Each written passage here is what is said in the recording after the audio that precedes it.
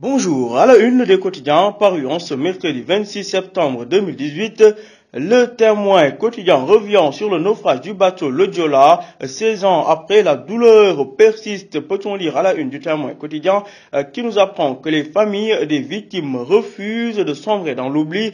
Nassardine Aïdara de rappeler à l'État toutes ses promesses jusque-là non tenues. Abdoukadir Sanoko, sociologue de son État, déclare à la une toujours du Témoin quotidien que les Sénégalais n'ont pas tiré les leçons du naufrage.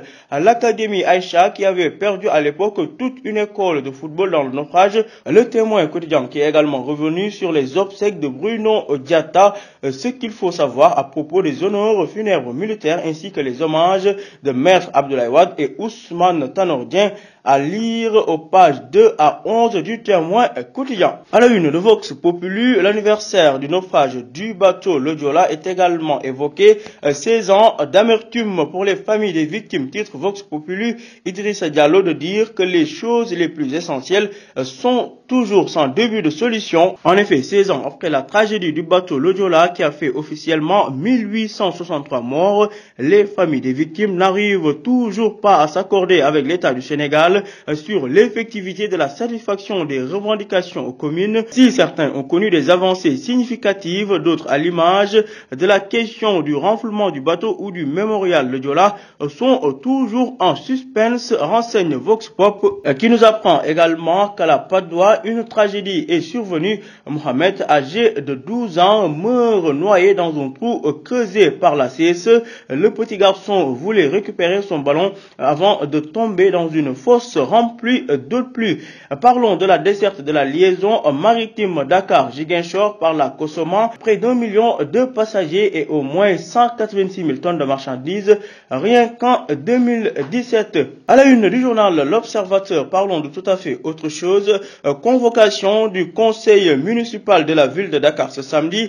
Sale jeu de l'État contre Khalifa Sall, titre L'Observateur, qui parle de coups et manœuvres de la majorité pour bloquer le conseil municipal et l'installation d'une délégation spéciale.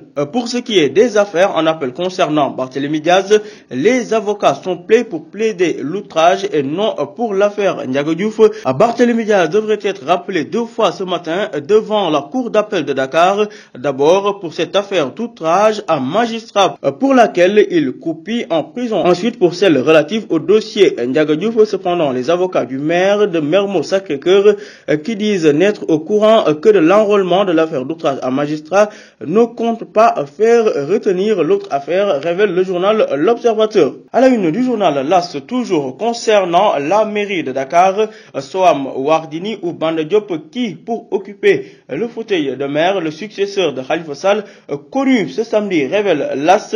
Pour ce qui est de l'hommage à Bruno Diatta, le journal L'As donne la parole à Maître Abdoulaye Wade qui révèle le secret de la longévité de Bruno Diatta à son poste. Parlons cette fois-ci de la sortie du médiateur de la République, Maître Alioune Badara Cissé, sur le dénouement du Ferlo. Le Premier ministre Mahammed John recadre sévèrement ABC. Le quotidien L'As qui n'a pas manqué d'évoquer ce drame familial survenu à Bilbao en Espagne où un Sénégalais égorge sa femme et se réfugie dans une autre ville. Les détails à lire page 7 du journal L'As. À la une du journal Le Quotidien, l'on parle de rabibochage entre Maître Madi Kenya et Maître Abdoulaye Wade à maître et demi-titre. Le Quotidien qui nous apprend que Maître Abdoulaye Wade veut éviter le syndrome de Modiane Fada. En effet, s'ils sont finalement revenus à de meilleurs sentiments après un clash épistolaire, Madi Kenya et Abdoulaye Wade tentent de recoller les morceaux cassés depuis le Qatar. Ça sera une sorte de protocole de Doha, révèle le Quotidien qui précise que tout cela devrait être possible si seulement les deux s'accordent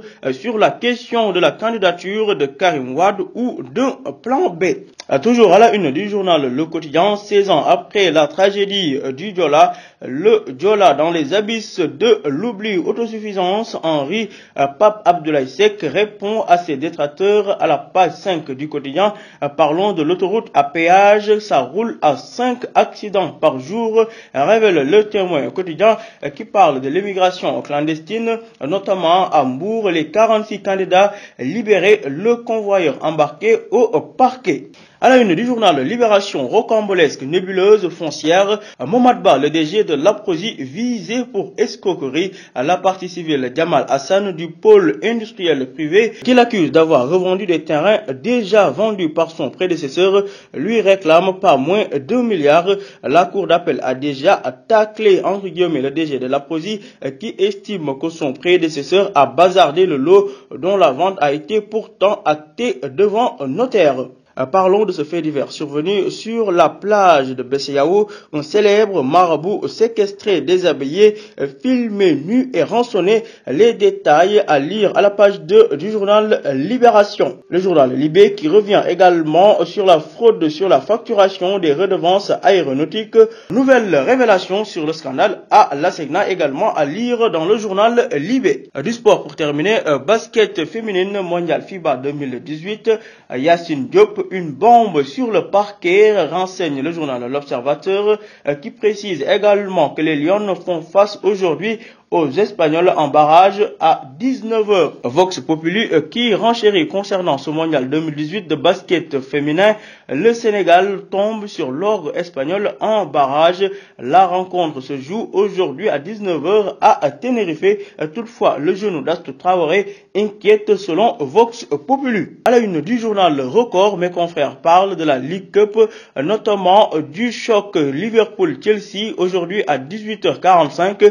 Sadio face à la muraille bleue. Toujours à la une du journal Record, l'on apprend que le club londonien Arsenal veut enrôler le Rennais Ismaïla Sarr. On parle de 36,6 milliards de francs CFA pour Ismaïla Sarr. Espagne-Sénégal aujourd'hui à 19h. Les Lions pour l'exploit. À vos journaux et bonne lecture.